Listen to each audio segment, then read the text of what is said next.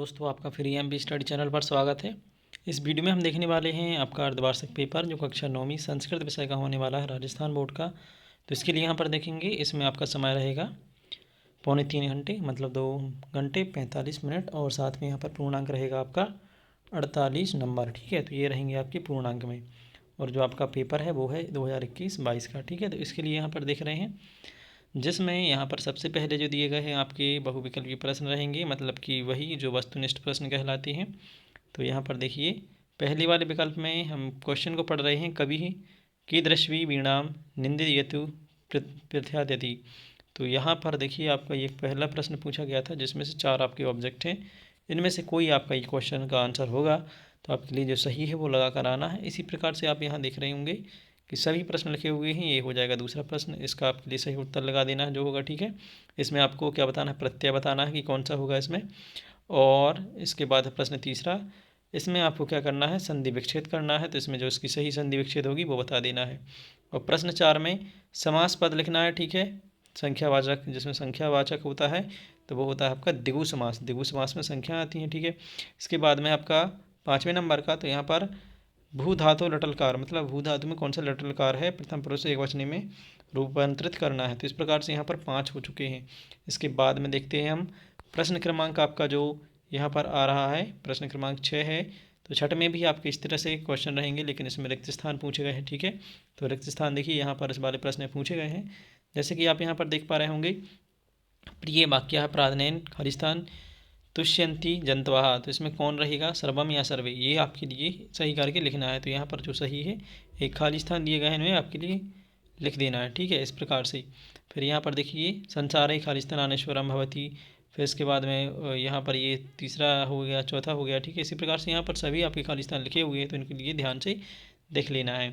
आगे देखते हैं, हो जाएगा आपका प्रश्न क्रमांक 16। ठीक है, यहाँ पर ये 10 हो चुके हैं। 11वें वाले से देखते हैं, ये हो जाएगा आपका प्रश्न क्रमांक 11, जिसमें लिखा है शुद्ध कथनानाम समक्षम और अशुद्धि कथनानाम समक्षम कुरुत। मतलब यहाँ पर क्या पूछा है इस प्रश्न में कि जो शुद्ध वाक्य है उनके सामने सही का टिक लगाइए, जो अशुद्ध वाक्य है उसके सामने ये गलत का टिक लगाना है।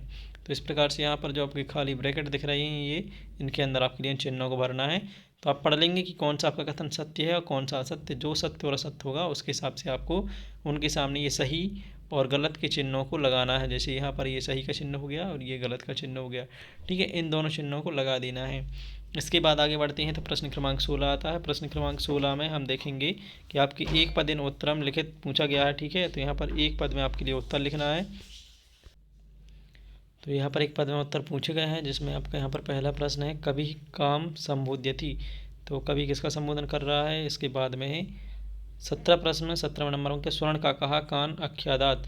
ठीक है, इसी के बाद है 18वां, जी मूत वाहनम कश्यम पुत्रम अस्ति। तो ये किनका पुत्र था ये बताना। ठीक है, और इसके बाद में है कल्पतरुहा भूवि कानी अवशेषत। फिर इसके बाद में है कुत्र दरिद्राम ना भवेत, कौन गरीब नहीं हो सकता। और इसके बाद 21वें प्रश्न में पूछा गया है कि आधुलिखितेषु पदानाम संधि विच्छेद कृत्वा संधि नामानि लिखित।